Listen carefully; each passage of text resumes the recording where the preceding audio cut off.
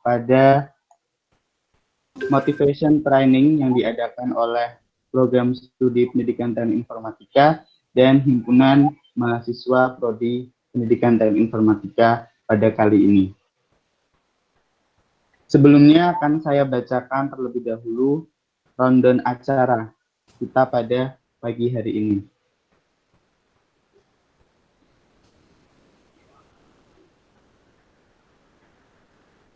Baik, acara yang pertama yaitu pembukaan, acara yang kedua tilawatul Quran, acara yang ketiga yaitu acara inti atau materi, acara yang keempat yaitu tanya jawab, dan yang kelima kesimpulan dan door prize, serta yang terakhir adalah penutup.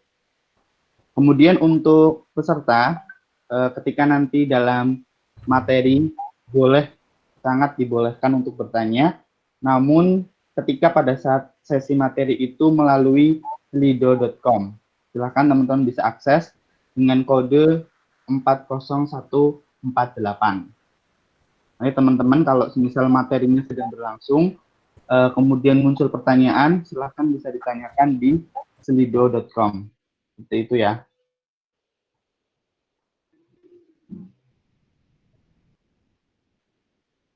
Baik, untuk yang pertama yaitu pembukaan, marilah kita buka acara pada pagi hari ini dengan lafal basmalah bersama-sama. Bismillahirrahmanirrahim.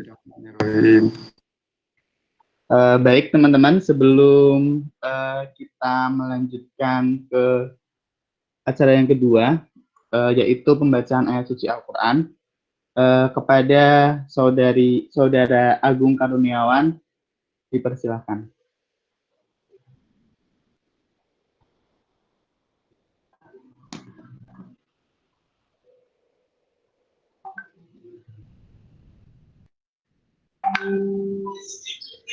A'udzubillahi minasyaitonirrajim. Bismillahirrahmanirrahim.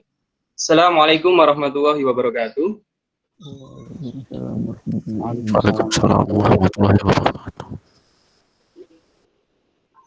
A'udzu billahi minasyaitonir rajim.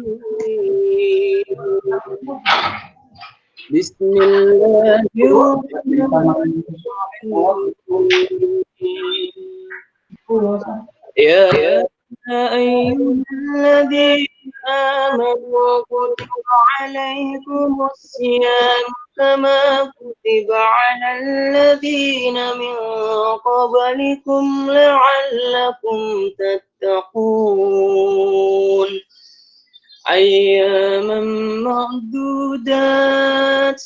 فمن كان منكم مريضا أو على سفر فعدة من أيام أخر وعلى الذين يطيقونه فدية طعام مسكين فمن تطوع خيرا فهو خير له وأن تصوموا خير لكم إن كنتم تعلمون شهر رمضان الذي أنزل فيه القرآن هدى للناس وبينات من الهدى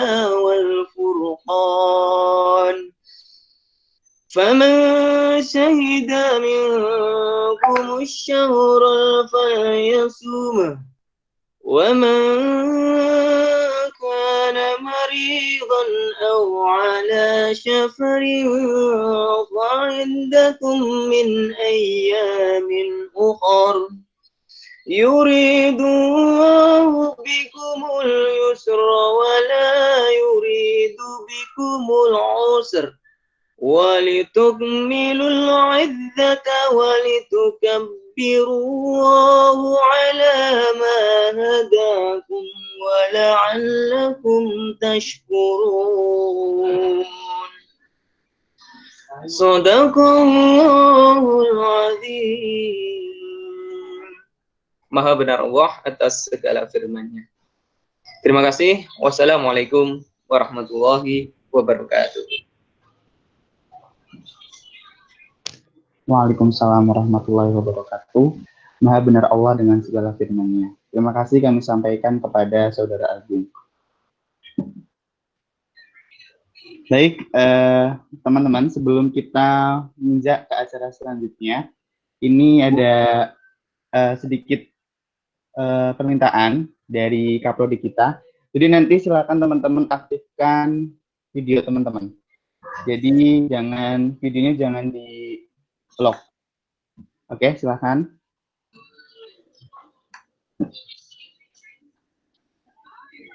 Oke.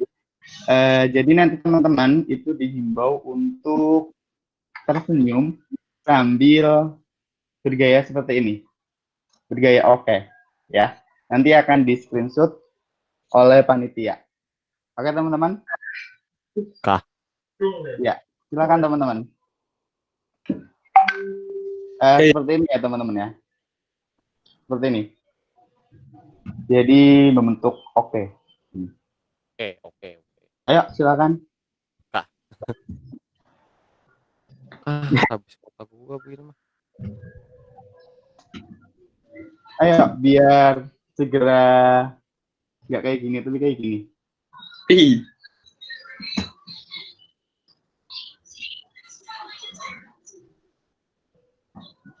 Ayo yang lain mengikuti ya. Cukup? Oke, siap. Baik teman-teman, acara yang selanjutnya, yang ketiga itu adalah acara inti atau masuk kepada materi. Sebelumnya akan saya bacakan terlebih dahulu kurikulum vitae dari We cannot hear you, goblok.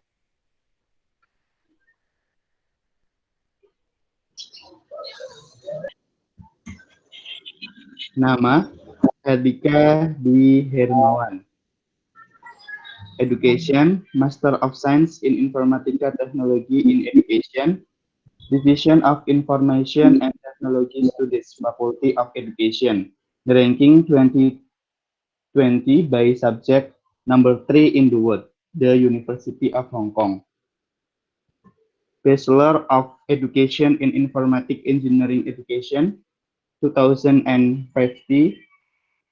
Department of Electronic and Informatic Engineering Education, Faculty of Engineering, Yogyakarta State University. And then awards 2017 to 2019, Peraih Alumni Award LPDP 2019, di mana Pak Hardika ini adalah alumni terbaik LPDP bidang pendidikan. Kemudian LPDP Scholarship Ministry of Finance Republic of Indonesia. And to silver medals international invitation and innovative competition on Malaysia.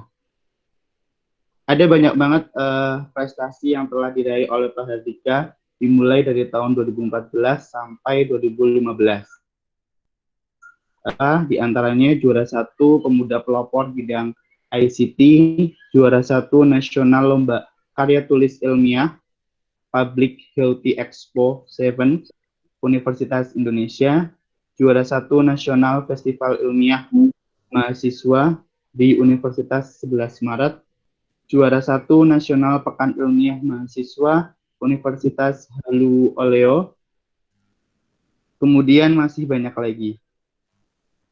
Kemudian beliau juga seperti yang ada di bio atau pamflet, beliau adalah seorang penulis. Beberapa buku dan publikasinya diantaranya Journal Publication and Conference Papers yang sangat banyak sekali. Kemudian hobi dari Pak Hardika itu adalah caring for your optimist, reading, writing, and sport, seperti playing badminton, cycling, and swimming. Kemudian untuk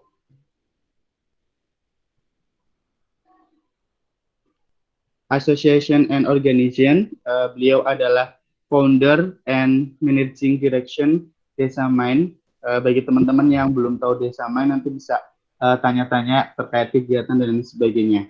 Oke, mungkin itu kurikulum vitae dari pembicara.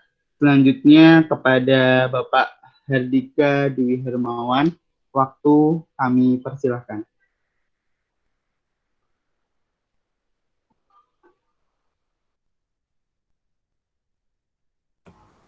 Cek 1 2 3. Bisa didengar ya Mas Fajar dan teman-teman semuanya? Halo, Assalamualaikum. Oh bisa ya, oke, siap. Baik.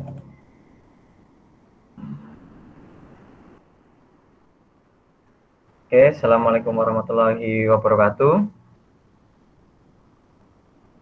Terima kasih kepada pihak Prodi PT UMS ya yang memberikan kesempatan saya untuk berbagi, dan di sini juga saya bukan lebih dari teman-teman semuanya, ada Pak Arif, Bu Irma, Pak Dias, dan teman-teman dosen yang lain juga sudah lebih banyak berkontribusi juga gitu untuk terkait untuk prodi ataupun aspek pendidikan lainnya. Saya juga belajar banyak dari beliau gitu. Tanpa mengurangi rasa hormat beliau, saya hanya mewakili dari teman-teman PTI untuk menyampaikan pengalaman saya. Mungkin materi ini saya sesuaikan dengan teman-teman yang masih menempuh S1. Nanti bagaimana teman-teman juga berjuang ketika S1 dan bagaimana bisa kalian itu punya sesuatu yang mungkin bisa menjual dan orang lain itu bisa tertarik dengan kita, dengan apa yang kita lakukan. Dan bagaimana kita juga menumbuhkan pola pikir atau mindset yang insya Allah nanti bisa bermanfaat bagi karir teman-teman semua. Dengar ya? Nanti kalau misalkan ada yang mau bertanya, silahkan bisa menggunakan di slide yang tadi di-share sama Pak Arif. Nah, sebelum saya mulai, mungkin kalian bisa melihat video ini terlebih dahulu. Ini video dari teman-teman yang dari seluruh Indonesia, dari Sabang sampai Merauke, yang berbeda latar belakang, yang berbeda background, berbeda karir, dari yang masih umur 20-an sampai umur 30-an juga ada, yang ada di pelosok Indonesia, yang ada di daerah terpencil, yang bahkan mungkin mereka dulu nggak ada listrik, tetapi sekarang semuanya bisa tersebar di seluruh dunia gitu. Nah, ini juga termasuk di seluruh Indonesia. Ini juga membuktikan bahwa siapa saja itu bisa mencapai sesuatu, kita bisa bermimpi apa juga, apapun itu.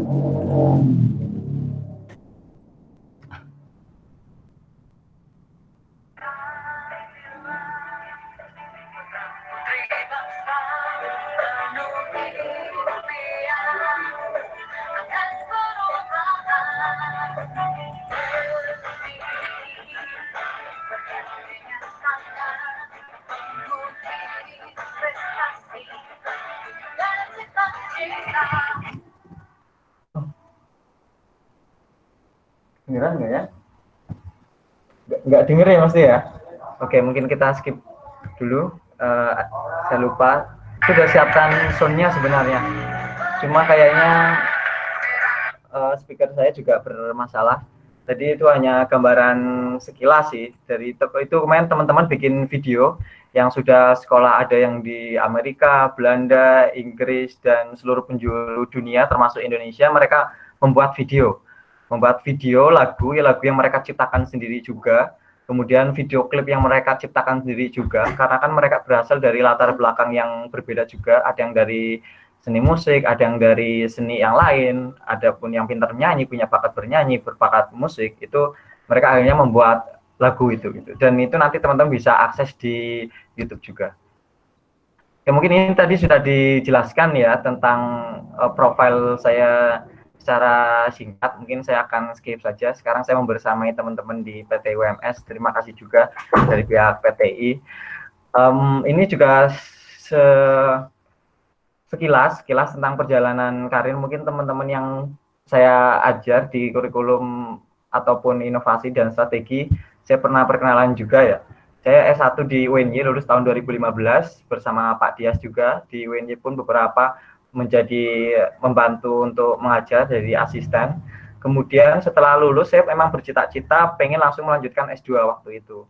Dan sebelum saya mendaftar LPDP, sebenarnya dari pembimbing dulu menawarkan beasiswa untuk ke Italia, tetapi waktu itu saya ingin mengejar LPDP terlebih dahulu gitu. Kemudian sambil kan prosesnya menunggu untuk beasiswa. Nah, kemudian saya ada lowongan di Kementerian PUPR, saya pun mendaftar. Nah, waktu itu yang diambil cuma satu, dan saya pun akhirnya cuma satu-satunya yang SPD, Sarjana Pendidikan yang di Kementerian PUPR. Nah, kemudian pengumuman beasiswa, saya lolos dan minta resign. Dulu diperbolehkan resign kalau alasannya untuk menempuh studi gitu. Karena saya jalurnya afirmasi, nanti saya cerita tentang LPDP afirmasi, saya mengikuti pelatihan bahasa Inggris selama 6 bulan. Itu uang bulanannya pun ditanggung sama pemerintah, Ministry of Finance, Kementerian Keuangan, termasuk tes IELTS, tes bahasa Inggris. Ini tesnya itu 3 juta sekali tes, dan itu pun ditanggung. Kemudian saya memutuskan kuliah di Hong Kong. Waktu itu saya nggak tahu bakalan kuliah di Hong Kong, karena sebelum di Hong Kong ada beberapa kampus yang saya tuju, tapi akhirnya saya memilih di sana. Kemudian saya pulang, membantu di project, kemudian ke New Zealand sebentar, ada project di sana, kemudian pulang ke Indonesia, ketemu teman-teman di UMS. Gitu. Jadi bersyukur sekali juga bisa ketemu kalian semua di sini. Nah, ini sedikit singkat juga, mungkin ketertarikan saya di dunia pendidikan itu dari kecil. Saya itu karena background keluarga juga seorang pendidik ya, dan dulu pun zaman SD masih pakai mesin ketik. Mungkin kalau kalian tuh udah nggak pakai mesin ketik yang jadul itu ya, sudah pakainya komputer. Dulu saya masih pakai mesin ketik, saya bikin soal-soal untuk teman-teman, kemudian saya pakai tabungan saya untuk membuat perpustakaan dari bambu, buku tabungan juga saya berangkat ke Jogja ke shopping center, beli buku untuk koleksi perpustakaan gitu. Itu yang ini udah roboh, ini saya bikin sekitar tahun 2003 mungkin ya, 2002 atau 2000, berarti sekitar berapa tahun yang lalu, hampir 18 tahun yang lalu ya, 18 tahun yang lalu perpustakaannya. Kemudian pas SMP kelas 3, SMA kelas 1 roboh kena angin puting beliung gitu. Jadi akhirnya kita pindah ke rumah kosong gitu. Kemudian pun penting sekali buat teman-teman tuh aktif organisasi. Ini saya langsung skip aja ke perkuliahan. Di perkuliahan itu organisasi bakal penting sekali. Di situ melatih soft skill kalian, komunikasi kalian, bagaimana kalian ketemu teman-teman yang sangat beragam, bagaimana teman-teman itu mengkoordinir, kemampuan manajerial, leadership juga di sana penting sekali. Pun waktu itu saya juga mendirikan namanya Porsimangga, Forum Silaturahmi Mahasiswa Purbalingga, karena di UNY dulu itu juga banyak mahasiswa Purbalingga, tetapi kok nggak ada forumnya gitu, nggak ada organisasinya. Itu tahun 2011, berarti sekarang sudah 9 tahun. Alhamdulillah masih terus aktif untuk berkontribusi ke teman-teman UNY yang di Purbalingga ataupun untuk di kabupaten. Event-event daerah mereka juga terlibat aktif. Termasuk bergabung dengan BEM, Badan Eksekutif Mahasiswa Teknik, kemudian di Forum Eksekutif Mahasiswa Teknik se-Jateng DIY, saya beberapa kali ke UMS. Karena dulu itu ketua Forum Eksekutif Mahasiswa Teknik itu juga dari UMS. Saya beberapa kali ikut ke UMS, ke Solo Tigo, itu akan aktif di mahasiswa. Kemudian Badan Penggerak Pemuda Daerah, itu juga saya aktif. Karena merasa tanggung jawab sih, tumbuh besar di daerah apa yang sudah saya berikan gitu. Kemudian ketika kuliah pun saya mengajak teman-teman kelas, kalian boleh tuh. Kalian kan dari beragam daerah juga. Kemudian kalian kuliah di PTI UMS. Kalian dapat ilmu. Kalian tuh bisa berkuliah juga tuh ada sumbangsih lingkungan kalian gitu. Dan kalian tuh sudah punya ilmu sampai umur 20 tahun, 19 tahun, kemudian belajar di UMS, apakah kalian pernah pulang ke daerah kalian, memberikan ilmu kalian ke masyarakat gitu. Nah, berdasar dari itu, karena kan saya teringat salah satu tokoh Indonesia pernah menyampaikan bahwa tanggung jawab kita, kaum terdidik yang secara pendidikan udah menempuh pendidikan tinggi adalah mendidik mereka yang belum atau tidak terdidik. Saya mengajak teman-teman kelas ini teman-temannya Pak Dias juga semua, ajak ke Cipaku, kita adain EduTech, Education and Training, seminar ICT, training, kita ngajar mereka desain, kasih mereka bekal skill. Hari kedua kita bikin pelatihan bagaimana memulai bisnis online gitu. Kemudian akhirnya setiap tahun ternyata diapresiasi sama pihak desa dan juga kabupaten. Akhirnya setiap tahun kita laksanakan training ini gitu. Ini teman-teman kelas, ini bermula dari mata kuliah bimbingan karir gitu. Akhirnya Pak Dias pun di tahun kalau nggak salah 2016 ikut datang ke rumah saya berbagi ilmunya. Mungkin hanya sehari atau 2 hari kita berbagi, tapi bisa selamanya itu menginspirasi gitu. Dan ada beberapa dari mereka pun lanjut ke perguruan tinggi juga, walaupun banyak dari mereka itu kejar pakai C gitu. Ini mulai dari 2014, 2015, 2016 gitu. Kemudian saya ikut kejuaraan nasional, dari akhirnya bisa keliling ke Indonesia juga, kemudian ikut forum dan kejuaraan internasional, membuat buku, menulis buku, dan semuanya dalam waktu 4 tahun. Walaupun tetap kuliahnya juga tetap, organisasi tetap, tapi juga ada niatan untuk tetap bisa membuat karya dan berlomba. Karena saya yakin dulu salah satu wujud cinta Indonesia itu dengan karya. Gitu. Jadi saya berkarya dengan Pak Dias juga tentunya. Nah, ini salah satu quote yang saya suka juga, dan yang selama ini selalu saya lakukan, bahwa saya itu tidak berusaha untuk menjadi yang terbaik, tapi saya hanya berusaha melakukan yang terbaik. Menjadi yang terbaik dengan melakukan yang terbaik itu 2 hal yang menurut saya juga berbeda. Jadi ketika ada hal yang mungkin diamanahkan ke kita, jadi tanggung jawab kita, kewajiban kita, ya tugas kita mencoba melakukan yang terbaik gitu. Jadi 2 hal itu berbeda. Menjadi yang terbaik dengan melakukan yang terbaik itu berbeda. Bisa jadi kalian melakukan yang terbaik akan menjadi yang terbaik juga gitu. Dan banyak hal yang bisa kalian peroleh nanti.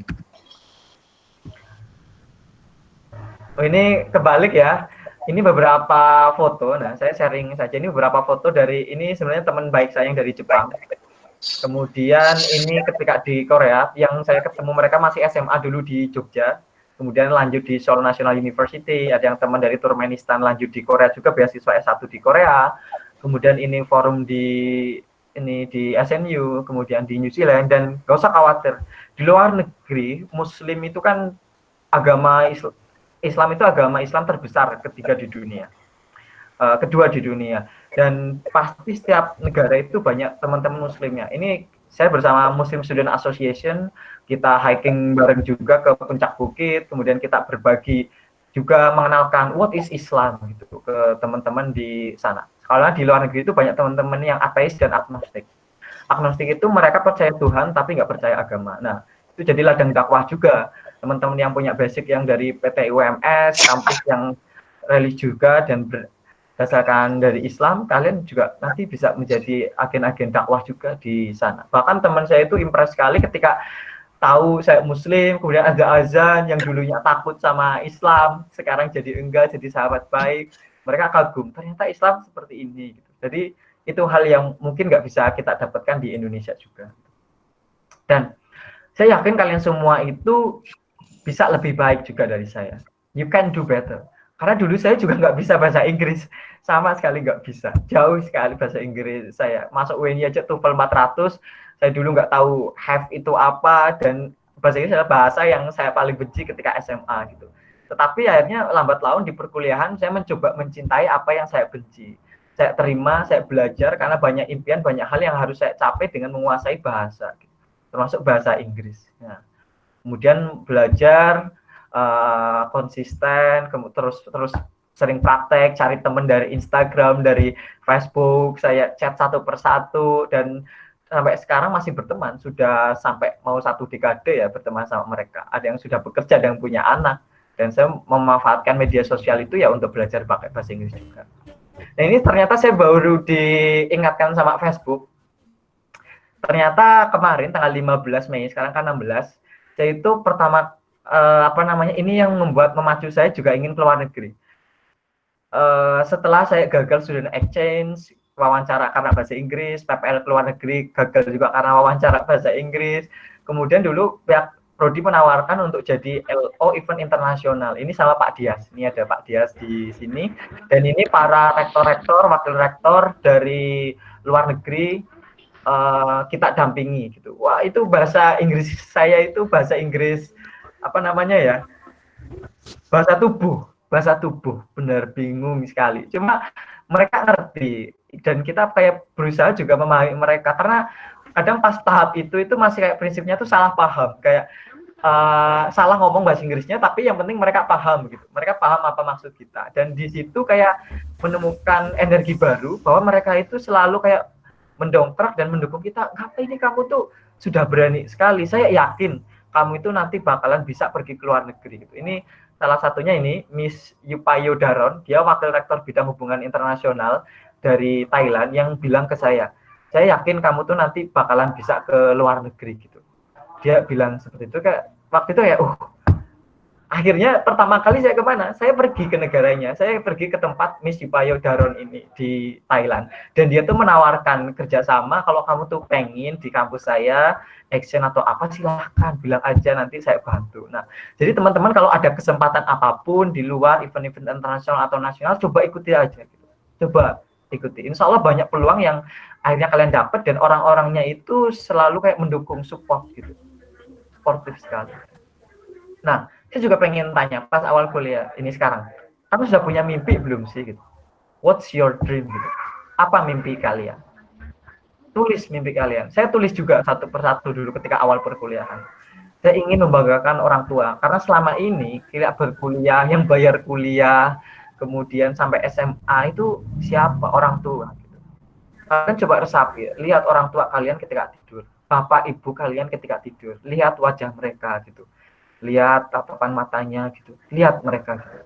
Pasti kalian akan menemukan bahwa wah, mereka itu sampai lelah berjuang untuk siapa? Untuk kalian gitu, untuk kalian. Jadi kalau kalian nggak memanfaatkan waktu sebaik mungkin ketika perkuliahan, itu tuh akan apa namanya ya, mungkin kurang bisa maksimal gitu. Dan orang tua pengen melihat kalian kan juga sukses gitu, dengan terus berjuang dan berusaha. Kemudian yang kedua, saya ingin berkontribusi nyata bagi lingkungan, karena saya merasa di lingkungan saya, di tetangga saya itu banyak yang harusnya bisa berkembang, cuma mereka itu nggak punya informasi, kayak nggak punya motivasi juga dari lingkungan gitu. Jadi setiap pulang 17 Agustus saya adain tuh acara kasih ini loh, banyak bukti bahwa kalian tuh bisa gitu, bahwa orang-orang desa atau manapun di Indonesia itu mereka itu hanya dibedakan oleh informasi sama peluang gitu. Jadi tugas kita bersama ya menyampaikan gitu, menyampaikan informasi atau yang kita punya juga gitu. Kemudian saya ingin mendapatkan beasiswa ketika S1. Saya PPA daftar gagal, beasiswa BCA gagal, beasiswa Jarum dulu juga gagal, saya sampai tahap psikotes saya gagal. Kemudian besok apa lagi gagal. Baru tahun ke-3-4 ternyata dengan sendirinya saya ditawarin dari pihak fakultas, lah kok nggak ada beasiswa. Setelah saya banyak perjuangan gagal itu, akhirnya saya mendapatkan beasiswa Yayasan Toyota dan Astra gitu. Di tahun ke-3 dan 4, 2 tahun berturut-turut. Pengen juara lomba, setelah 1, 2, 3, 4, 5, 6 saya gagal juga. Waktu 6 kali gagal, saya tuh bilang ke teman saya gitu, kayaknya tuh saya nggak bisa nih. Terus teman saya tuh bilang, sudah Dik, semua orang itu punya jatah gagal. Tugasmu sekarang habiskan dulu jatah gagalmu. Pasti akan datang masa suksesmu. Betul, saya coba ke-7 kali, langsung finalis, kemudian langsung juara 1 nasional di Kendari waktu itu. Jadi kalau saya waktu itu berhenti di gagal yang ke-6, saya nggak mungkin ikut ke Sumatera Utara, ke Medan, ke Danau Toba, ke Bengkulu, ke Sulawesi, ke keliling Indonesia dengan mengikuti beragam lomba.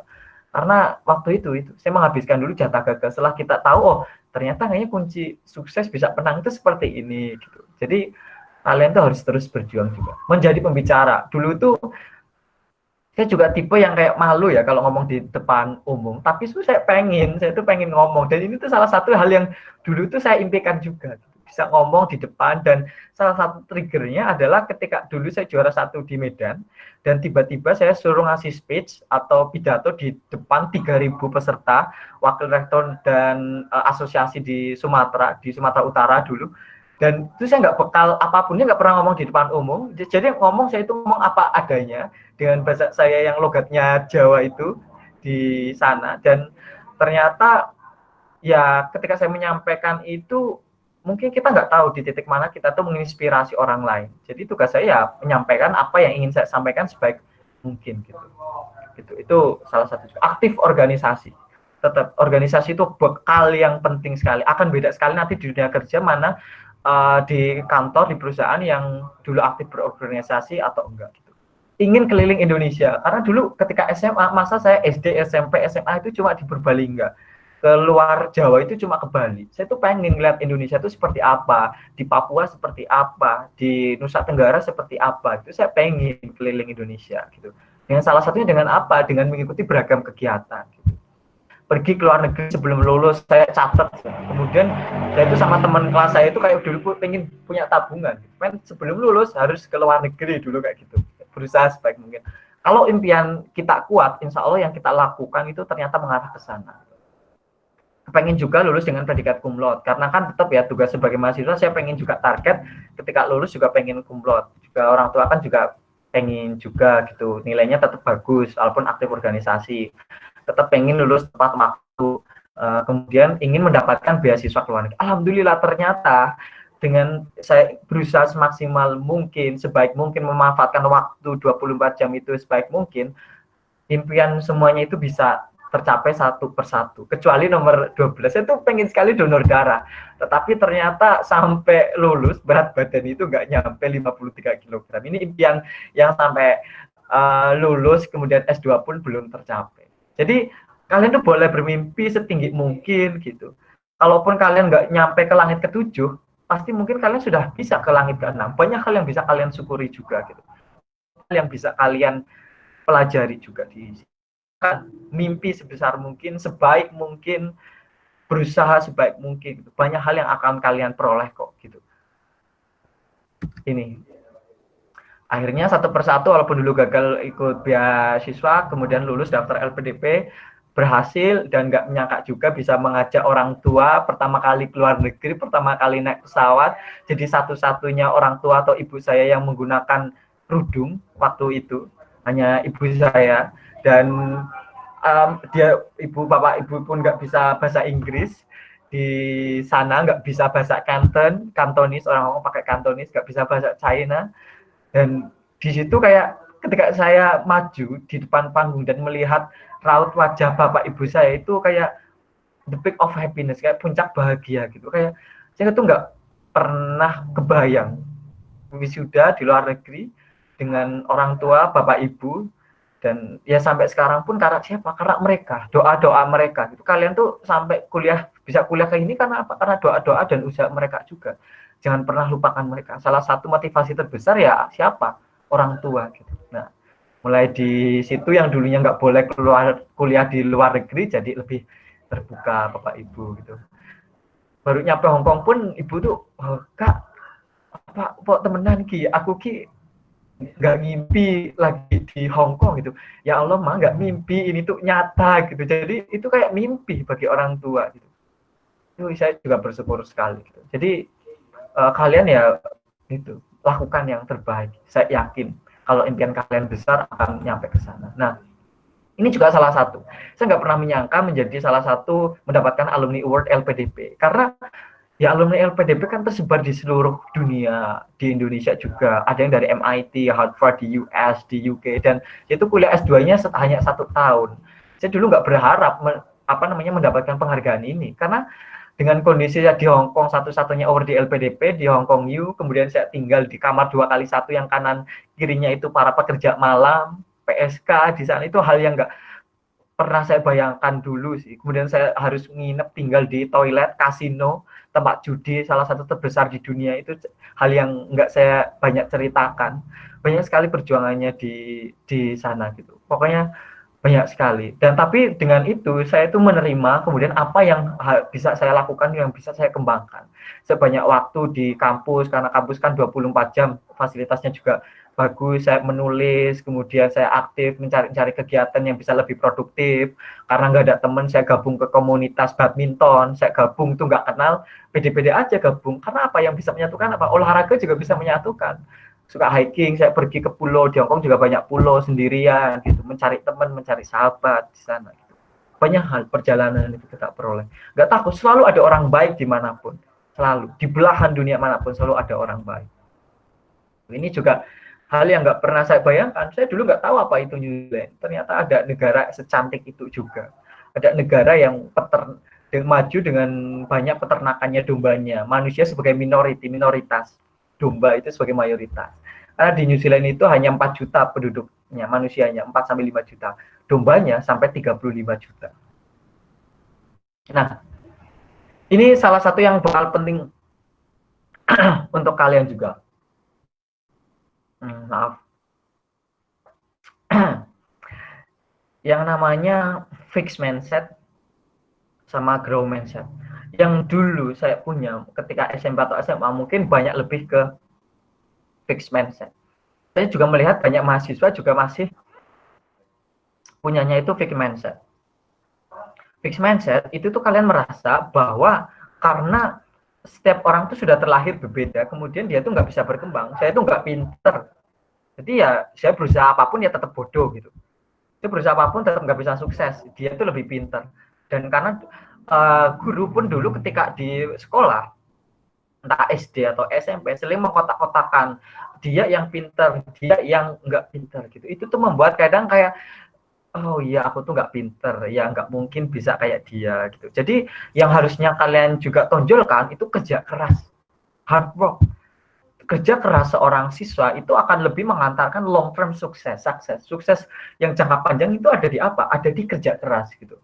Dan fixed mindset itu merasa bahwa itu dia gampang menyerah, bahwa kemampuan saya sudah seperti itu, saya nggak bisa berkembang gitu. Kemudian dia takut untuk ada challenge, itu dia takut gitu. Tapi kalau grow mindset, dia itu menganggap sebuah kegagalan itu juga opportunity atau peluang untuk berkembang gitu.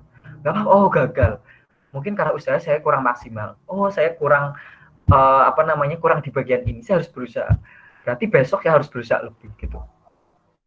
Saya tuh bisa challenge itu, tantangan itu membuat saya untuk berkembang gitu. Ini kan saya lihat nih, ini perbedaan fixed mindset sama grow mindset.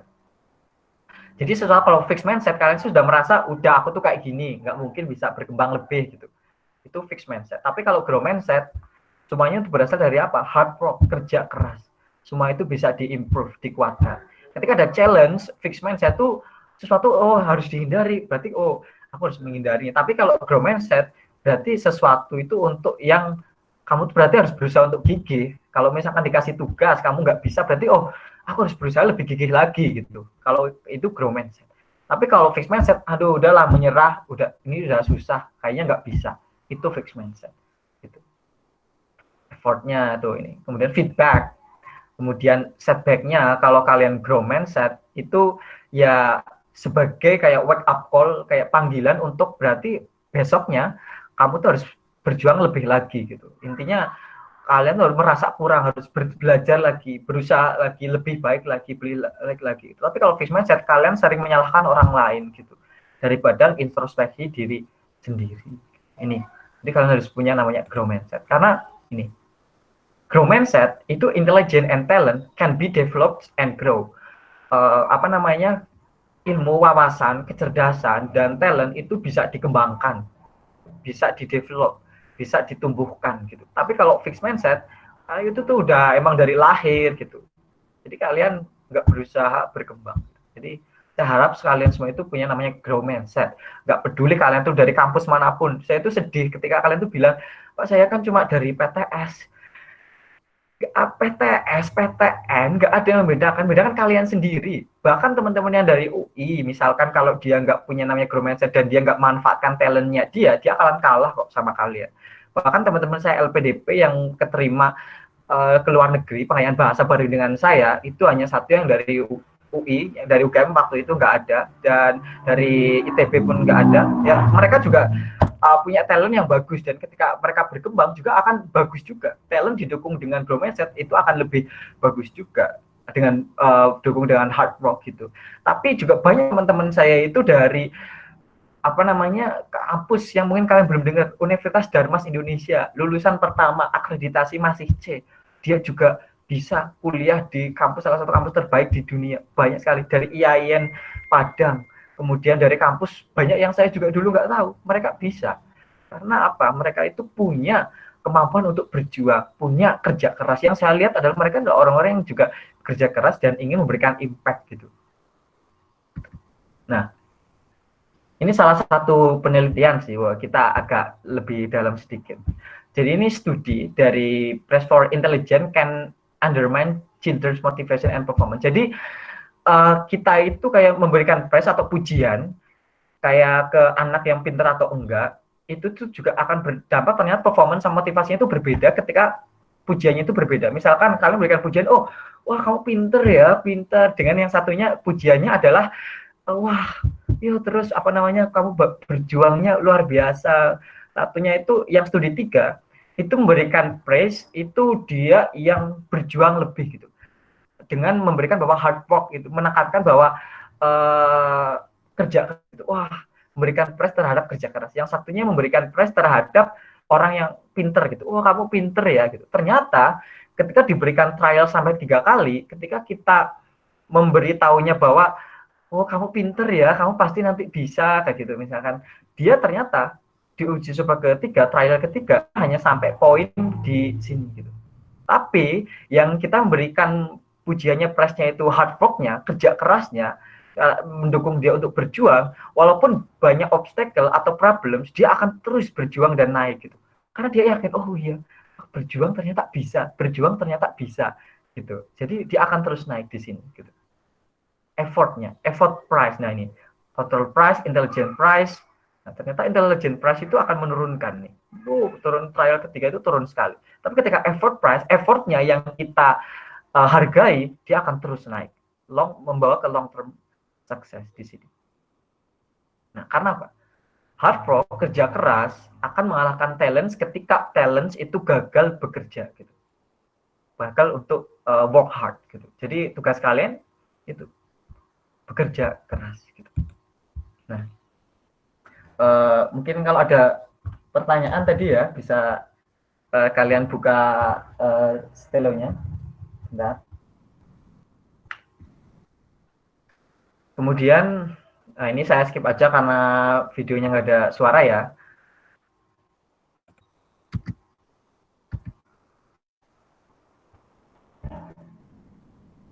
Nah, ini salah satu, dulu tuh saya juga keterima di Monash, kemudian ini ada di Sydney, ada di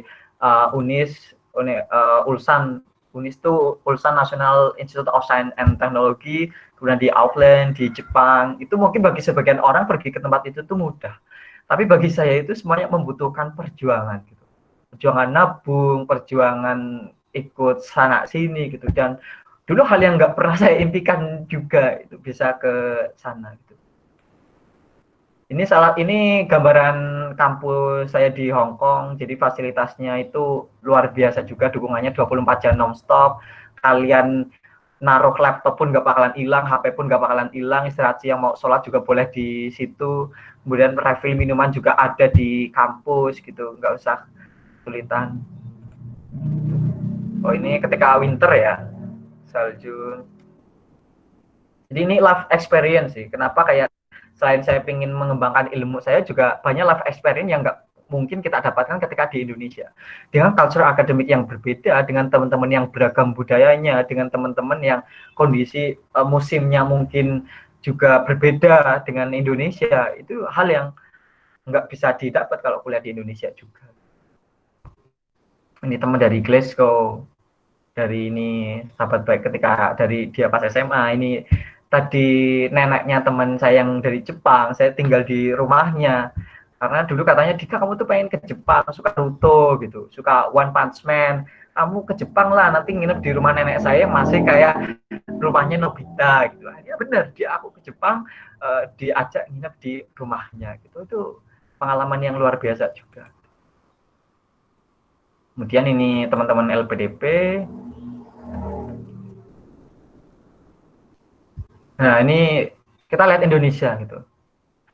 Indonesia itu negara dengan luas wilayah terbesar kelima di dunia. Negara dengan kepulauan dengan garis pantai terpanjang di dunia juga. Dan kaya sumber daya alam dan manusia dan budayanya. Kita tuh kaya sekali. Sekarang itu kita berada di urutan ke-16 dengan GDP terbesar di dunia. Dan punya peranan terpenting dalam arah kebijakan ekonomi global. Gitu. Dan kita punya apa? Bonus demografi. Kalian ini, jadi kalau nggak dimanfaatkan sebaik mungkin, ya kan banyak low skill worker gitu. Kita akan menjadi negara terkaya ke-7 di dunia juga gitu.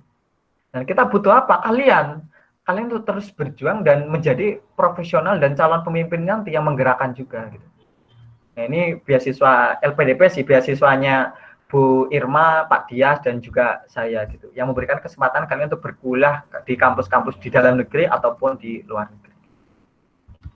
Saya skip saja, ini full scholarship ya, nanti bisa lebih ke tanya jawab juga. Nih full scholarship, dibiayai semuanya, termasuk biaya uang saku, uang visa, kemudian uang sebelum berangkat, setelah berangkat, uang seminar internasional, uang lomba internasional, itu semuanya dibiayai juga. Gitu.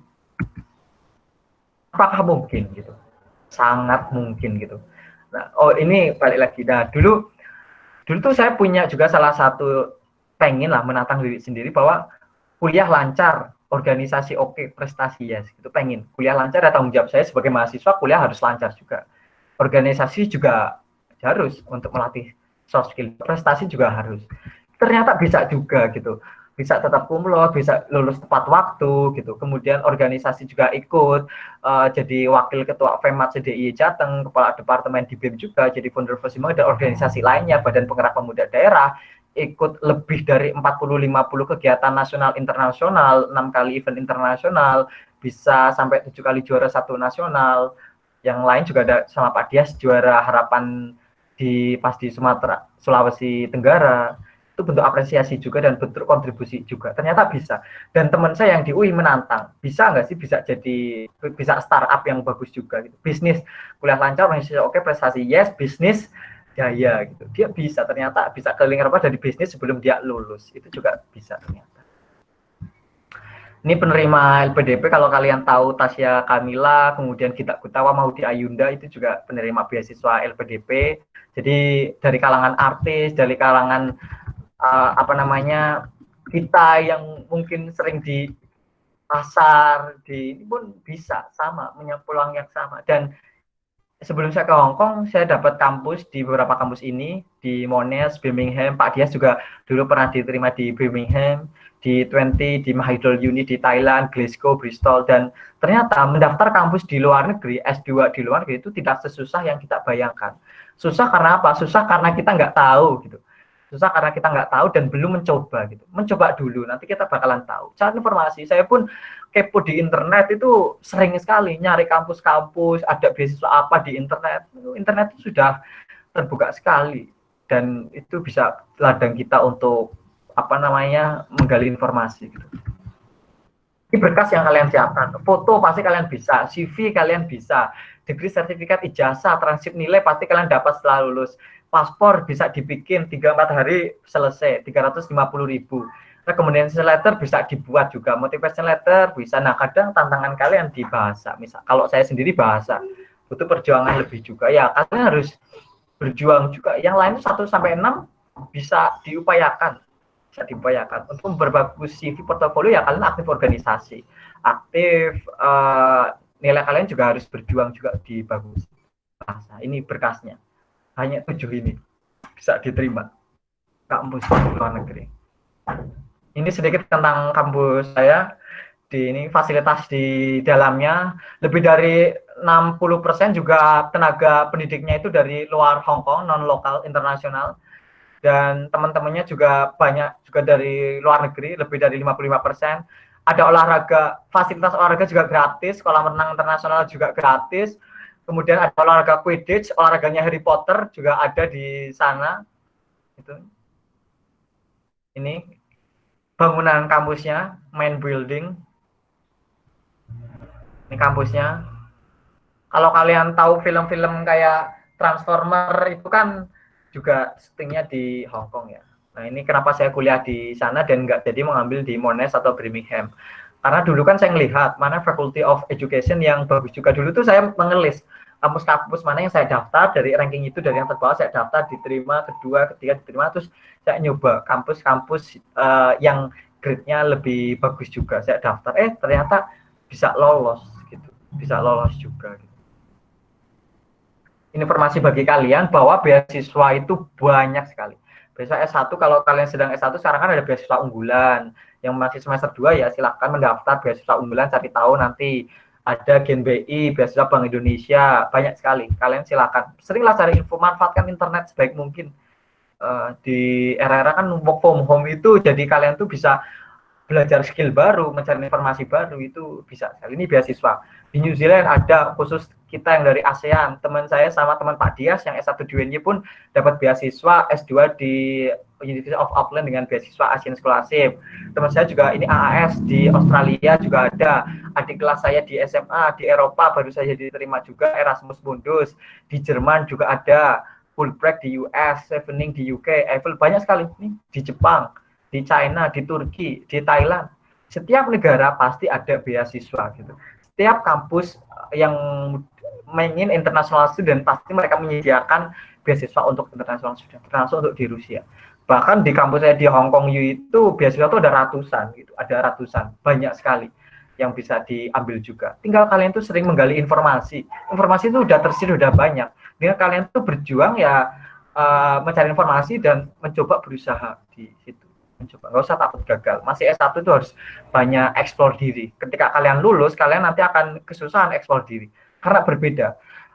Feel atau atmosfer setelah kalian lulus itu sudah harus mikirin pekerjaan, sudah harus mikirin hal yang lain, uang juga harus cari sendiri. Tetapi ketika S1, uang sudah mungkin suplai sama orang tua, kalaupun yang belum kita bisa sambil nyari tambahan-tambahan yang lain, kemudian ikut organisasi bebas di dalam atau di luar kampus, itu hal yang harus kalian kembangkan terus. Kan susah ketika kalian sudah lulus S1 mengikuti hal-hal yang seperti itu. Jadi jangan sampai kalian tuh menyesal di kemudian hari. Ini berapa, kalau ke Hong Kong sendiri itu ada 3 yang paling prestis. Yang pertama HQ Presidential, ini maksudnya Presidential Scholarship. Salah satu beasiswa termewah di dunia.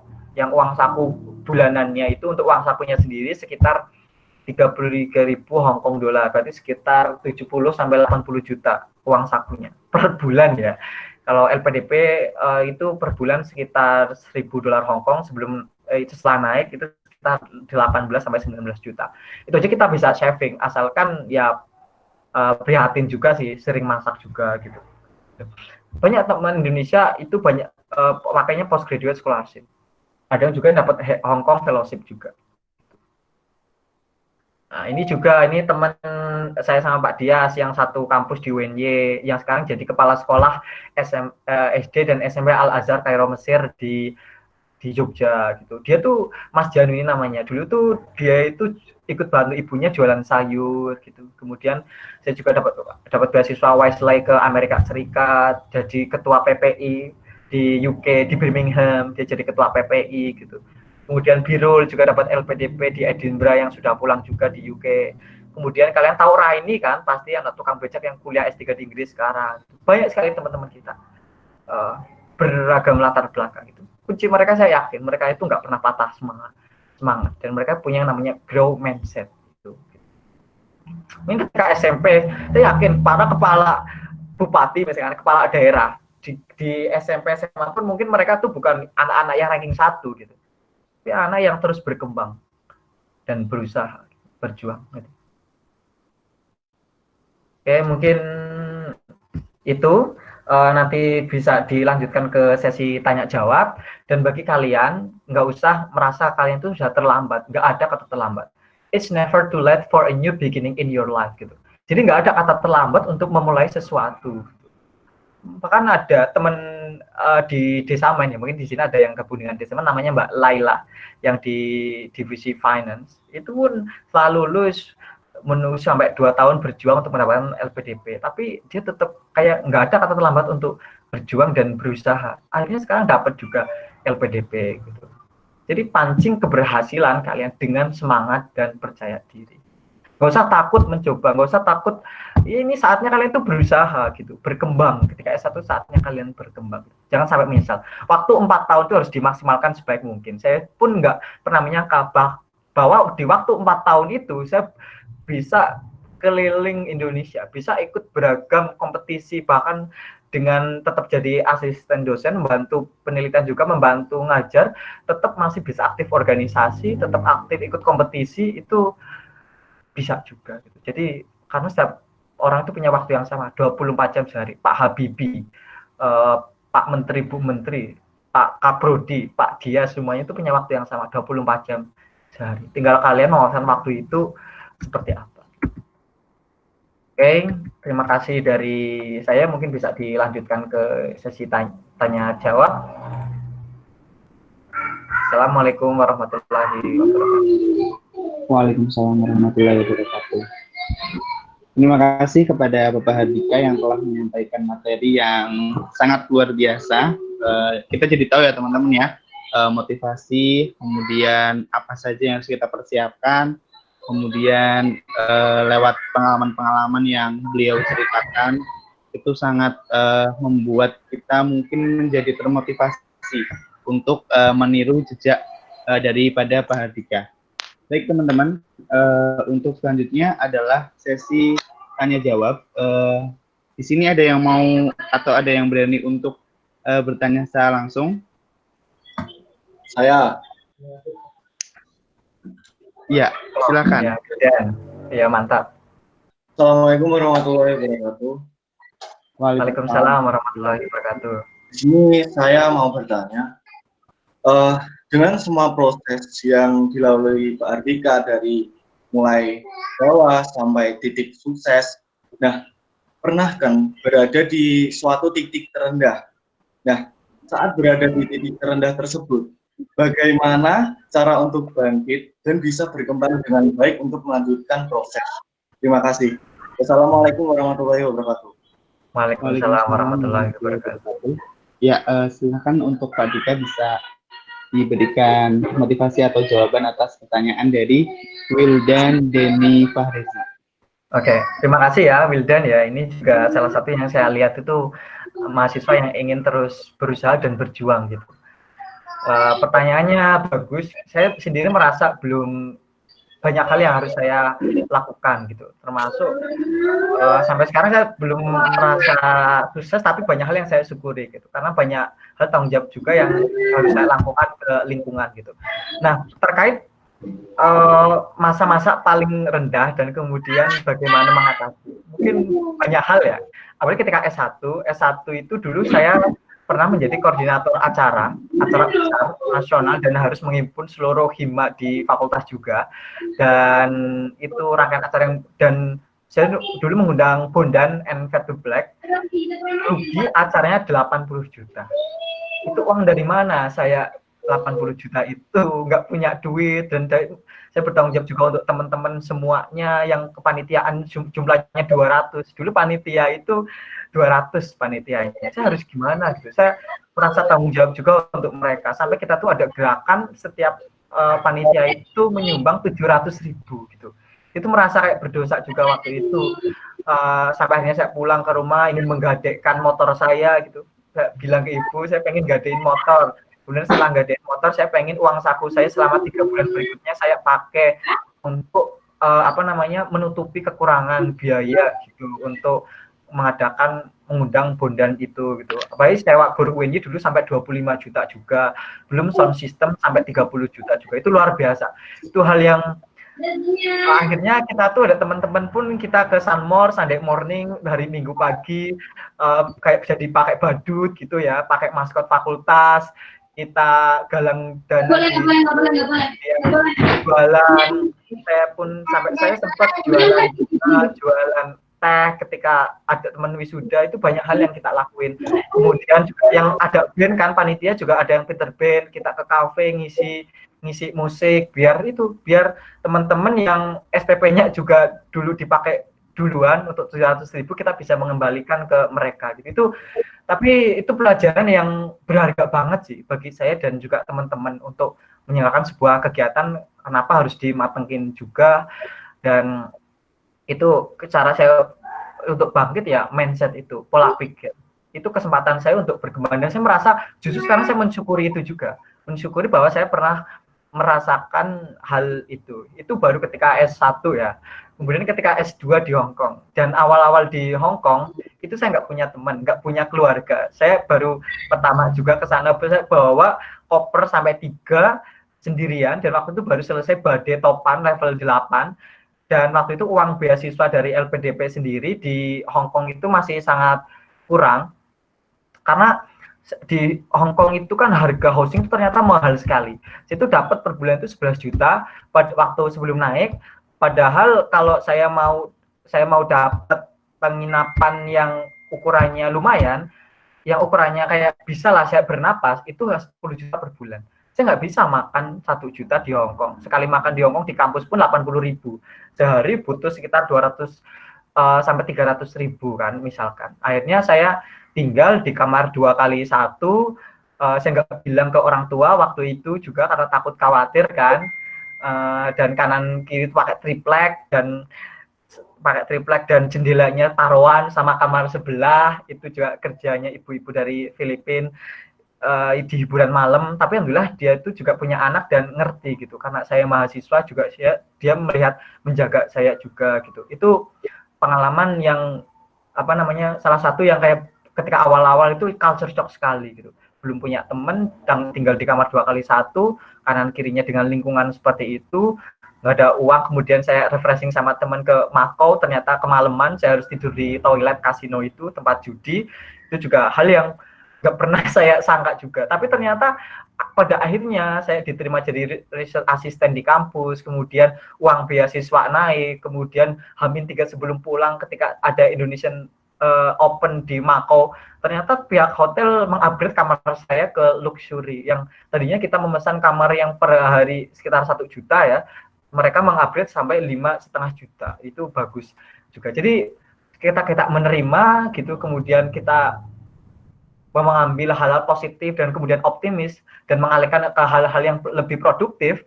Akhirnya lambat laun itu tuh jadi pelajaran yang berharga. Kita enjoy, menikmati gitu. Jadi pengalaman itu nanti akhirnya tuh kalian malah seneng, kayak ya ampun pernah ya dulu saya mengalami titik seperti itu gitu.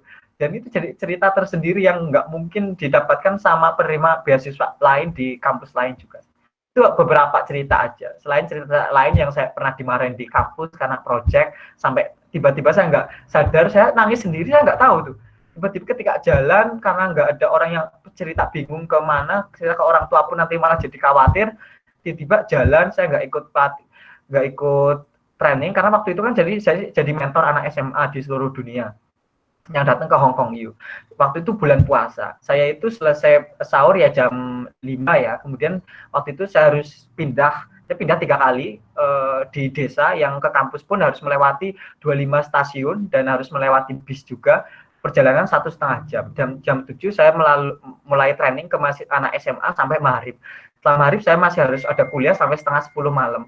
Setengah 10 malam saya baru buka puasa makan besar di kos saya sampai setengah 12. Setengah 12 mengerjakan tugas.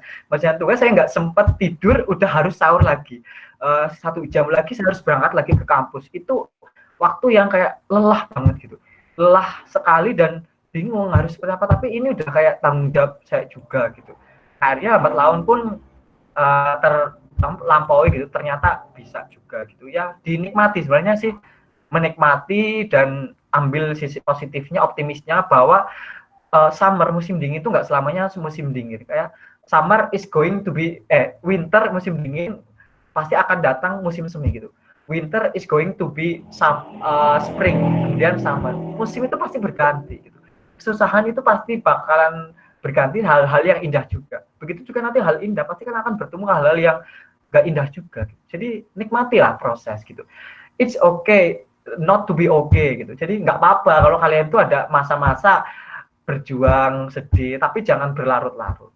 Kemudian bangkit, cari inspirasi, cari motivasi, bangun diri sendiri. Itu sih, itu beberapa cerita yang saya share. Dan banyak cerita emang yang nggak saya upload di sosmed. Sosmed itu paling hanya menggambarkan 0,5% dari hidup ya.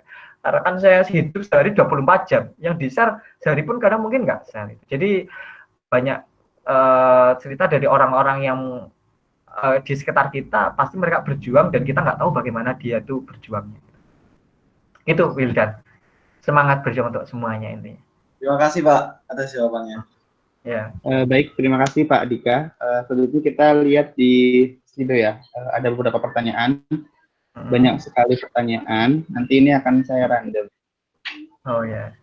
Oke, yang pertama dari Oki Hernawan. Oh, kayak nama saya ya, Hermawan. Iya. Mohon maaf Pak. Mau bertanya Pak, apa definisi sukses menurut Bapak Hardika? Pasalnya nggak semua orang memiliki definisi sukses yang sama. Betul. Ya, Ya. silakan Pak. Oke, betul sekali. Semua orang itu juga punya pilihan yang berbeda. Nggak semua orang setelah lulus S1 pengen langsung kuliah. Nggak semua orang juga pengen kuliah di luar negeri. Semua orang itu punya pilihannya masing-masing. Saya menghargai juga setiap pilihan orang itu. Setiap pilihan orang yang berbeda, saya hargai itu. Kalau bagi saya sendiri, definisi sukses adalah ketika saya itu bisa berkontribusi orang lain dan melihat orang lain itu berkembang dan bisa membuat orang sekitar kita, ya intinya kalaupun kita hebat, kita harus bisa menghebatkan orang lain. Kita sukses bisa mensukseskan orang lain. Kita melakukan hal baik, kita juga harus membaikkan orang lain gitu. Jadi kalau sukses menurut saya ya kontribusi sih. Kalau semakin luas kita berkontribusi terhadap lingkungan, terhadap sesuatu, ya berarti semakin merasa sukses saya gitu. Kalau saya sendiri seperti itu. Kalau teman-teman mikir suksesan dengan karir, nggak apa-apa, itu pilihan teman-teman. Tapi saya juga pengen kalau kalian juga kesuksesan juga dengan memberikan impact atau kontribusi terhadap lingkungan. Karena butuh sekali. Indonesia, lingkungan kita itu butuh kita, butuh kalian, anak muda gitu. Gitu ya, Mas Oki. Kalau definisi sukses menurut saya.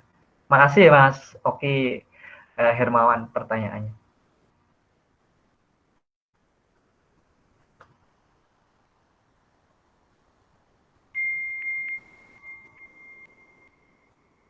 Boleh itu ada motivasi dapat beasiswa. Ada teman saya itu motivasi dapat beasiswanya ya pengen ketemu Maudy Ayunda dan Tasya Kamila. Oke. Cuma kalau misalkan di wawancara beasiswa nanti harus spesifik. Itu mungkin alasan di luarnya. Nanti kalian bisa ketemu Tasya Kamila sama Maudy ya. Tapi juga harus didukung alasan lain juga. Oke, baik Pak. Terima kasih. Selanjutnya, ini saya random berdasarkan pertanyaan yang paling menarik ya. Oh ya, silakan.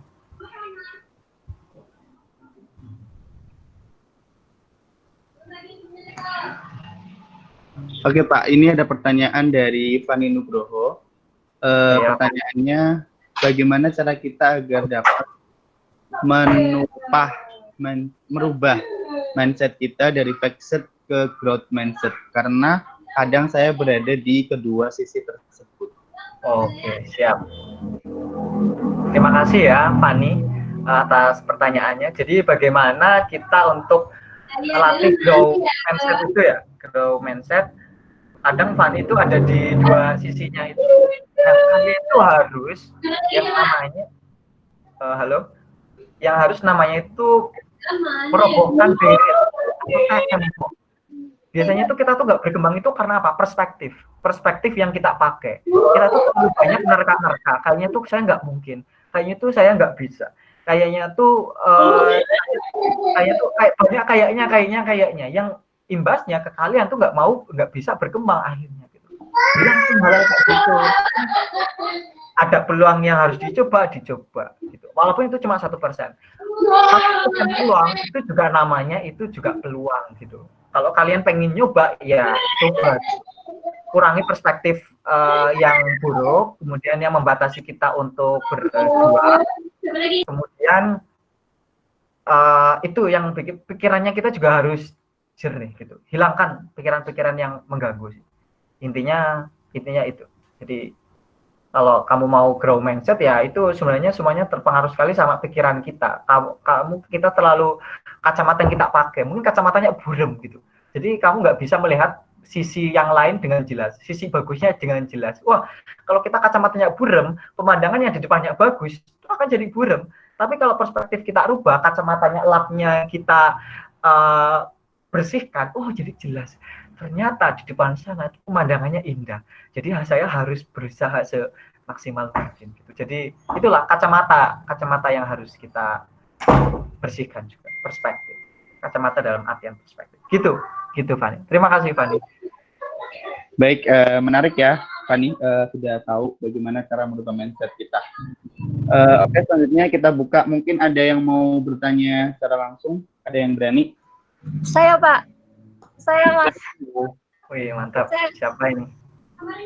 Siapa ini? Rahma dulu ya, baru nanti Agung. Silakan. Ya, Pak, saya mau tanya nih, Pak, tentang bahasa ya, Pak. Kalau di luar negeri kan paling nggak kita harus menguasai bahasa asing. Nah, contohnya tuh kayak bahasa Inggris kan, Pak. Nah, kalau English grammatical kita masih salah, kita tuh udah berada di luar negeri itu gimana ya, Pak? Belum lagi kita belum menguasai bahasa asing yang di negeri yang kita akan singgahi itu. Udah, Pak. Oke, bentar ya. Oke, terima kasih. Siapa tadi yang bertanya? Rahma Wulan. Oke, Rahma Wulan. Terima kasih Rahma Wulan. Jadi ketika di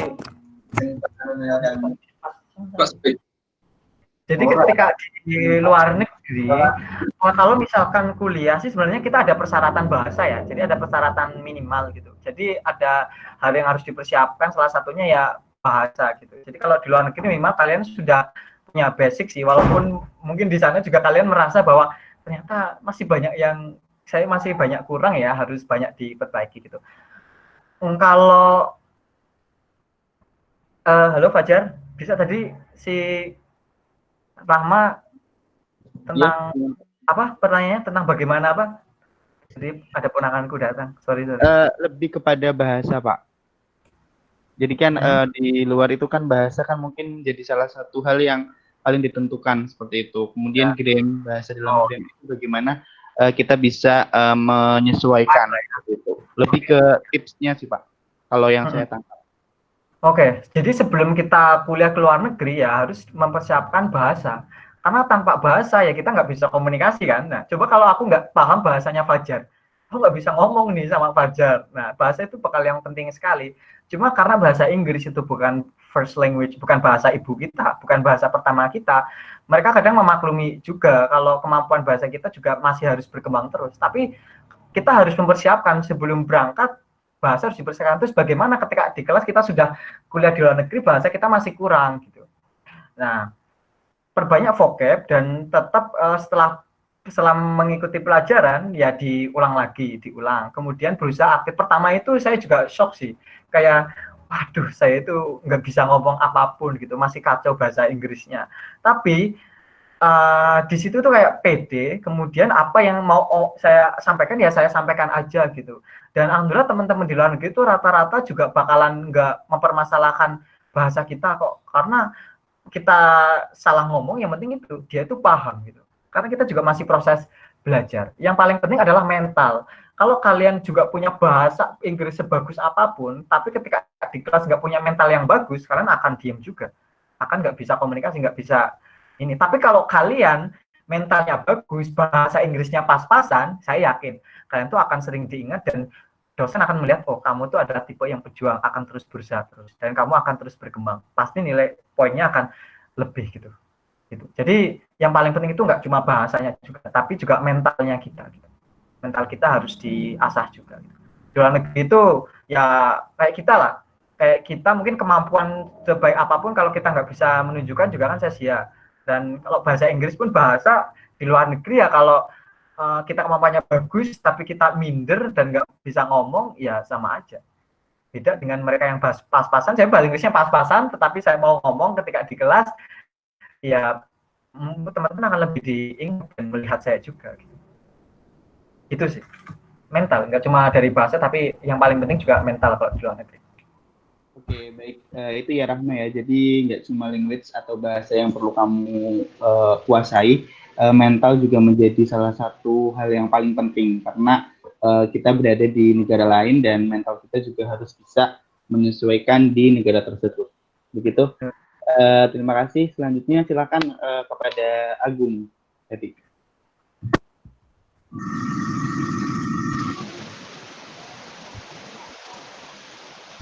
Ya, halo Pak Ustadz.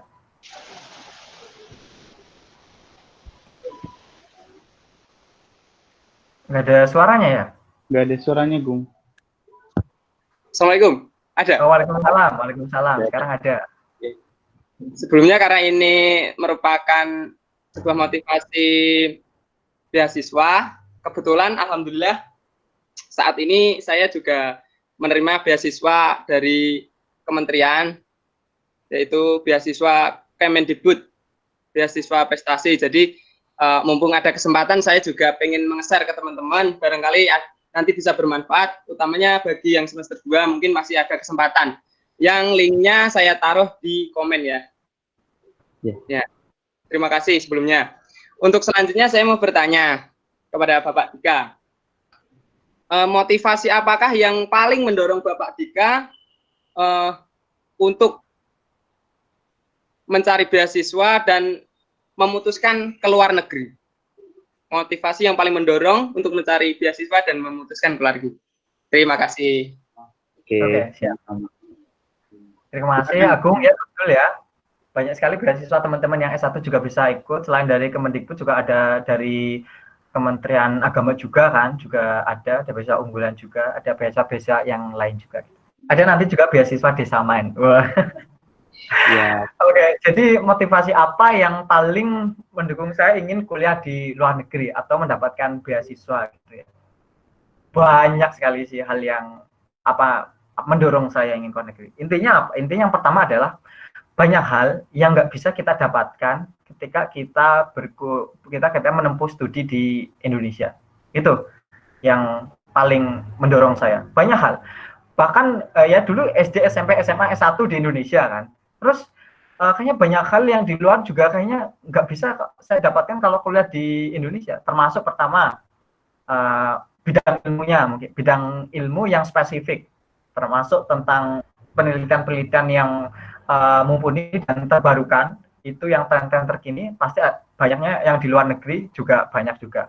Kemudian suasana belajar juga berbeda, nggak saya dapatkan di Indonesia. Bahkan setiap kampus di Indonesia pun punya lingkungan yang berbeda, gitu, atmosfer yang berbeda. Apalagi kalau di luar negeri gitu. Kemudian juga dengan international student, banyaknya teman-teman internasional. Lah sampai sekarang banyak teman saya itu dari Indonesia aja gitu, dari Jawa aja. Bahkan dunia itu luas sekali gitu. Saya tuh juga pengen tahu bagaimana cara pandang orang luar, bagaimana cara pandang teman-teman di sana, bagaimana budaya mereka gitu. Apa sih yang mereka kerjakan, apa sih bagaimana mereka hidup. Tidak saya dapatkan di Indonesia gitu.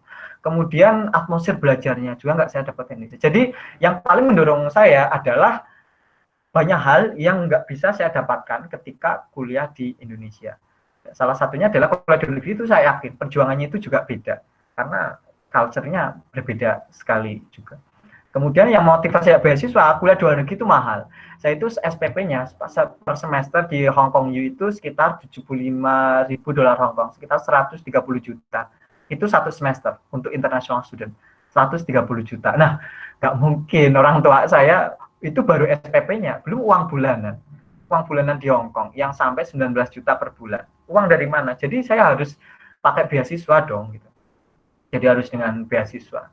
Kalau enggak mungkin gitu. Orang tua juga dulu ketika lulus SMA saya pengen juga langsung ke luar negeri, ikut ke Austria sambil belajar, enggak direstui sama orang tua. Terus orang tua bilang boleh kalau misalkan dengan beasiswa gitu. Akhirnya dulu saya tahu LPDP itu mungkin tahun ke-3-4 ya.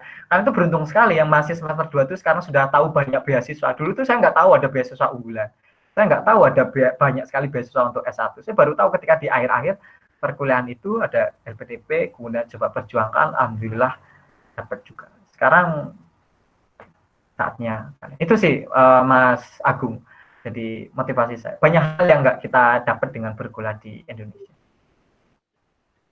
Baik, terima kasih Pak Dika. Itu ya Mas Agung, jawaban dari Pak Dika. Banyak latar belakang yang memotivasi beliau sehingga beliau harus mencari sebuah beasiswa seperti itu. Oh, ada satu lagi motivasinya. Ya, karena Pak, dari zaman SMA kan saya ikut pramuka, kemudian saya ingin belajar bahasa Inggris, tetapi teman-teman kelas kan sering, wih sok-sokan bahasa Inggris, jadi saya nggak pede kan ngomong bahasa Inggris. Akhirnya saya gabung ke World Organization Scout Movement, gabung ke grup pramuka dunia itu, saya tambahkan teman-teman pramuka dari berbagai negara, dari Meksiko, Malaysia, Korea, kemudian saya chat satu persatu, nggak tahu malu itu, saya chat satu persatu, saya pakai bahasa Inggris sebisanya, kemudian aduh saya tuh pengen ya, masa cuma temenan di digital, di dunia digital, saya tuh pengen ketemu. Akhirnya ya ketika di Thailand saya juga ketemu teman saya yang kenalan dari Instagram, mainnya pertama hashtag. Saya bahkan nginep di rumahnya sekitar 1 minggu. Bahkan saya ajak Indonesia. Dia juga kenal. Dia kenal teman saya itu yang saya tahunya dari Instagram. Kemudian pas di Kuala Lumpur juga kenal itu dari SMA, dari Facebook. Ketemu sama namanya Aziz. Ketemu sama Pak Dias, sama istrinya juga ketika kita event baru event di Kuala Lumpur, Malaysia. Itu saya kenalnya dari mana? Dari sosial media. Jadi saya belajar dari gitu. Manfaatkan sosial media sebaik mungkin. Follow akun-akun yang belajar, membuat kita belajar, memperkaya literasi, memperkaya informasi, memperkaya wawasan. Begitu sih. Itu Mas Agung. Gali motivasi Mas Agung juga sendiri. Nanti insya Allah kalau motivasi kuat, impian kuat, apa yang kita lakukan akan mengarah ke sana. Baik, terima kasih. Sama-sama. Oke teman-teman, untuk selanjutnya kita lihat di slide ya teman-teman. Pramuka ya, saya ikut pramuka dari SD. Yang membuat saya lancar ngomong juga pramuka SMA.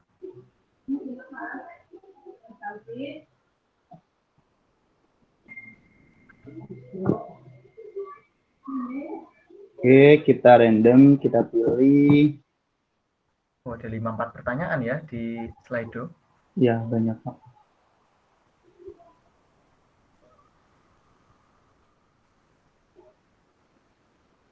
Dari Muhammad Hatta. Oh, Muhammad Hatta, Mas. Ya, Bung Hatta ya. Oke, ini ya pertanyaannya.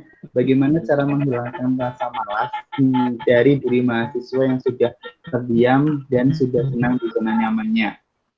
Saya perlu motivasi untuk itu Pak. Jadi kan ini kan memang eranya milenial Pak, kaum rebahan kita sering mendengarnya. Mungkin Muhammad Hatta ini salah satu tergolong dalam kaum rebahan itu. Jadi untuk dijelaskan Pak bagaimana? Kalian harus lihat, nggak semua kaum rebahan itu nggak produktif. Sekarang tuh eranya yang rebahan pun bisa produktif.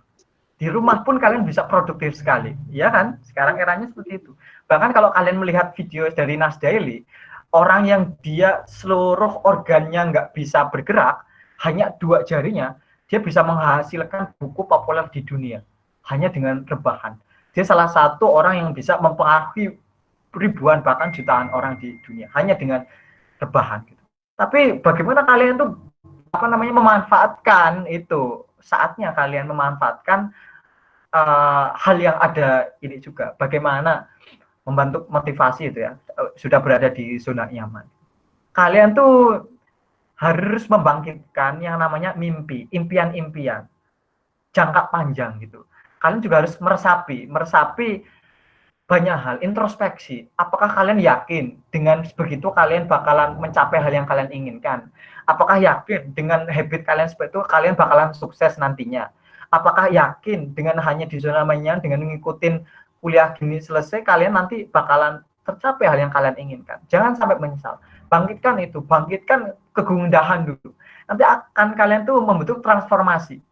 Keluar dari zona nyamannya, kemudian kalian bergabung ke lingkungan yang mungkin baru. Saya bersyukur sekali bahwa teman-teman di sini PTI juga banyak yang bergabung ke Desa Main.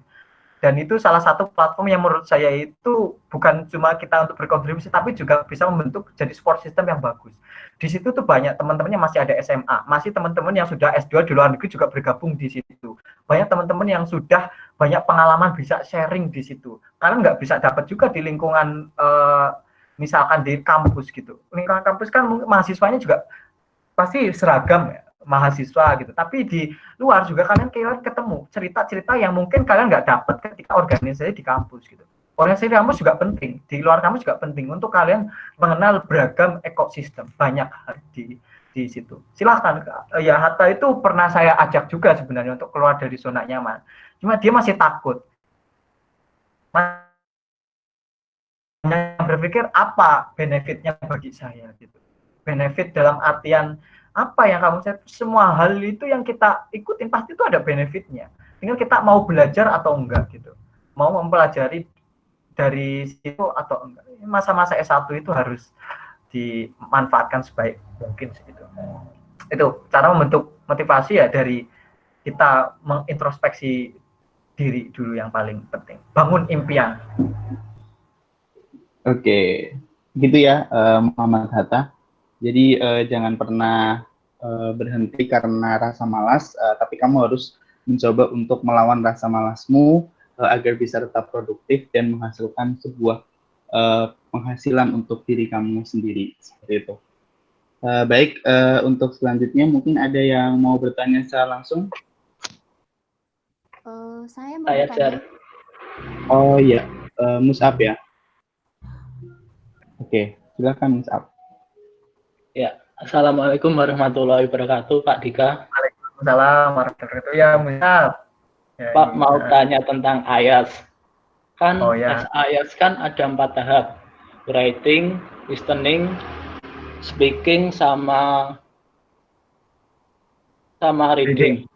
Ya, kan kalau lanjut S2 di LN, minimum nilainya itu kan 6,5.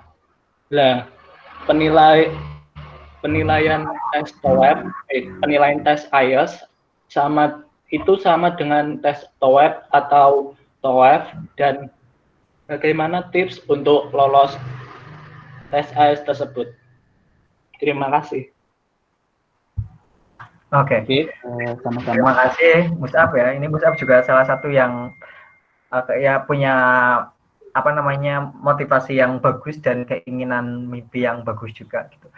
Oke, terima kasih Mus'ab. Bagaimana untuk IELTS ya? Berarti udah kepo sampai IELTS. Dulu tuh saya nggak tahu IELTS. Saya tuh tahu IELTS itu kayaknya ketika mau lulus ya. Ketika mau lulus baru tahu IELTS.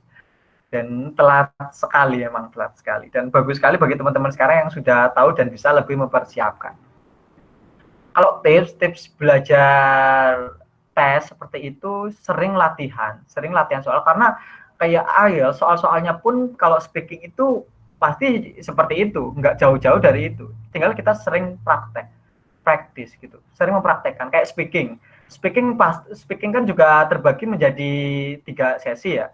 Kayak sesi pertama itu masih kayak hal-hal simple, kayak your hometown gitu, cerita tentang hobi, mungkin cerita tentang apa kamu kuliah, apa sedang bekerja gitu, hal-hal simple, dan itu bisa dilatih asalkan kita sering berlatih. Masuk listening juga ya, kita sering dengerin gitu, sering memperhatikan, itu juga bisa dilatih. Tipsnya apa? Ya sering berlatih gitu. Masuk TOEFL ya sering berlatih kuncinya. Dan cari cara terbaik kalian belajar yang paling efektif. Karena setiap orang kan cara belajarnya juga berbeda-beda kan. Jadi kalian tuh harus menemukan cara terbaik buat kalian belajar. Ada yang belajarnya sambil dengerin musik, ada yang belajarnya harus benar-benar fokus, konsen, ada yang belajarnya harus ikut les gitu. Ada yang tanpa les bisa skor IELTS-nya 7, ada yang ikut les tetap 6,5 tapi juga bisa 7 gitu. Jadi kalian harus menemukan juga, kalian kan masih S1 nih, tapi sering-sering lah dipraktekin ikut komunitas atau apa yang mereka sering menggunakan bahasa Inggris. Di Solo itu banyak. Kemarin itu Mus'ab kan ikut di Desa Men juga kan, ada si Santi juga, ada Rati dan beberapa teman itu juga dari Solo, dan mereka juga sedang berjuang ingin melatih bahasa Inggris. Kalau kita sudah ketemu teman-teman yang kayak satu, saya sama Pak Dias, itu sama Pak Dias sebelum ke Pare, sebelum nunggu wisuda, saya kan masih minder speakingnya. Kita ikut les speaking di Jogja gitu, untuk melatih percaya diri speakingnya dulu, walaupun kadang dulu saya sering kadang nggak masuk ya, itu jangan ditiru. Kemudian setelah speaking baru ke Pare, saya sama Pak Dias juga ke Pare. Senang itu kalau punya teman-teman yang kayak satu visi, satu tempat untuk belajar, dan di teman-teman di lingkungannya Mus'ab juga sekarang sudah mulai ketemu loh teman-teman yang kayak punya misi yang sama gitu. Ayo kita bareng. Jadi ketika kita sama-sama belajar bahasa Inggris, jadi nggak ada yang kayak sok-sokan bahasa Inggris, enggak, karena kita kan semangatnya sama-sama belajar. Belum bisa ya karena belajar, justru itu saya banyak dilatih sama Pak Dias juga bahasa Inggrisnya. Saya banyak belajar dari Pak Dias juga gitu. Ini Mus'ab juga bakalan ketemu teman yang sama-sama belajar bahasa Inggris juga. Gitu sih Mus'ab. Gitu ya. Terima kasih Pak. Ya, sama-sama. Oke, itu Mus'ab. Mus'ab ini sebenarnya sepertinya udah pengen banget ya untuk melanjutkan studi ke luar negeri. Oke teman-teman,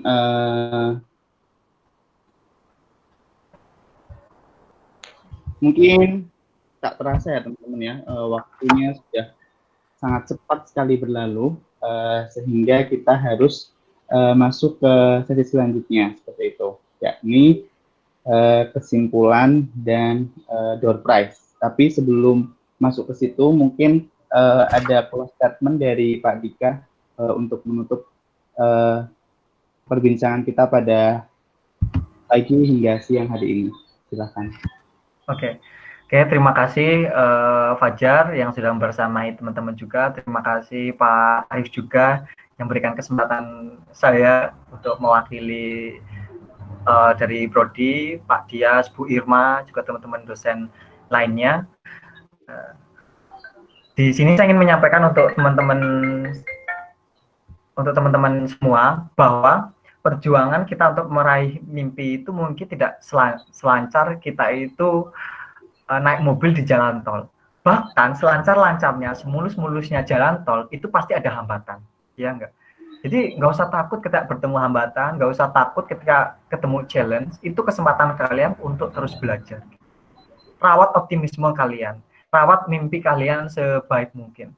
Karena persaingan sekarang itu sudah semakin kompleks, semakin besar. Eranya sekarang itu di Indonesia yang bekerja itu bukan cuma orang Indonesia, tetapi orang luar negeri itu pun akan bekerja di Indonesia.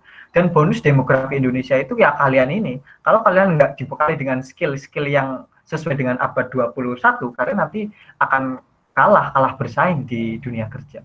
Kan harus menyadari bahwa dunia itu semakin kompleks.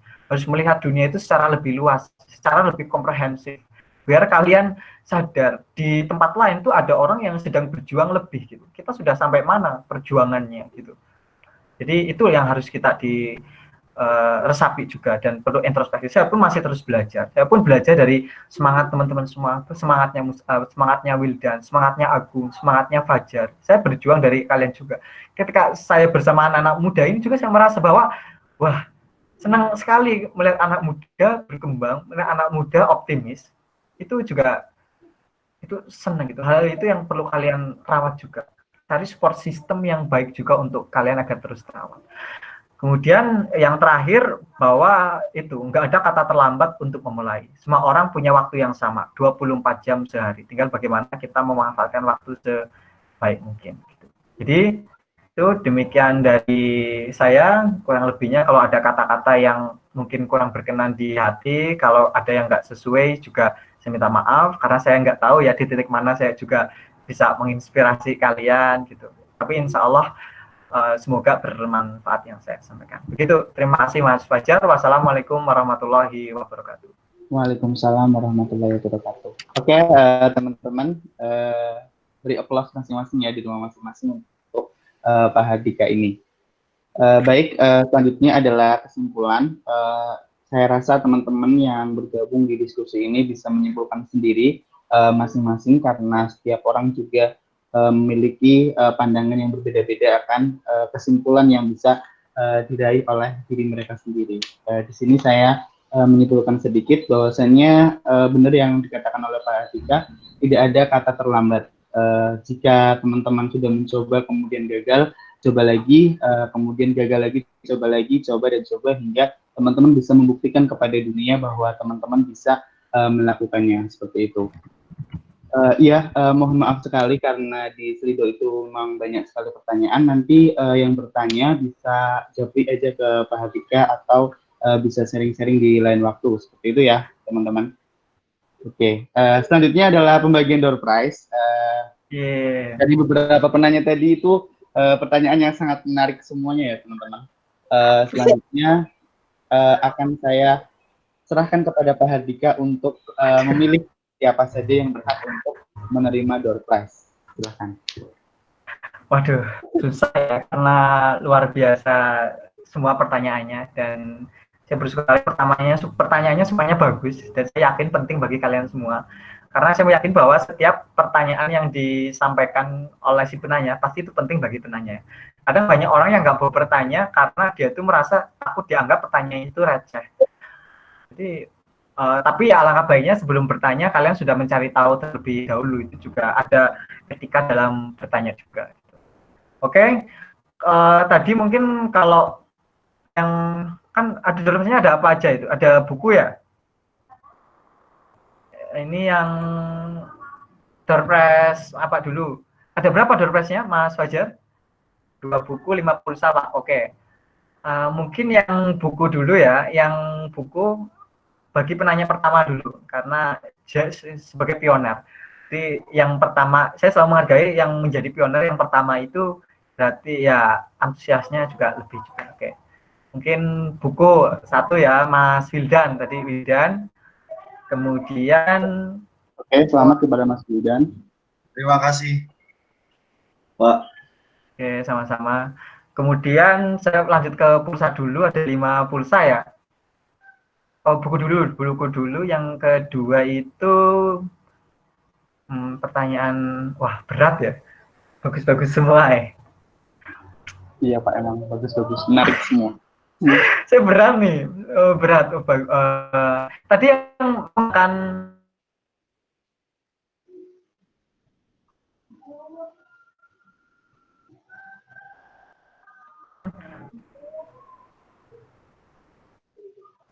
mau yang satu buku buat yang buku satunya. Kemudian yang pulsa yang bertanya langsung. Oke, baik. Berarti tadi yang 2 itu yang Lido itu dapat buku ya Pak ya? Ya, Sedangkan yang 5 secara langsung itu mendapatkan pulsa. Seperti itu? Iya. Oke, baik. Teman-teman semua, para dosen-dosen semua, terima kasih yang telah mengikuti motivation training pada pagi hari ini bersama Prodi PTI dan HMPPTI UMS. Saya sebagai moderator sekaligus pembawa acara, mohon maaf apabila terdapat kesalahan tutur kata yang kurang berkenan di hati, karena saya ini adalah manusia biasa. Ketika saya salah, maka saya adalah korban daripada setan, seperti itu. Terima kasih. Akhir kata, wassalamualaikum warahmatullahi wabarakatuh. Waalaikumsalam. Waalaikumsalam warahmatullahi wabarakatuh. Yang mendapatkan hadiah silakan hubungi Pak Arif, kalau tidak Pak Dias. Begitu? Ya, saya ulangi untuk yang mendapatkan hubungi Pak Arif dan Pak Dias. See you teman-teman.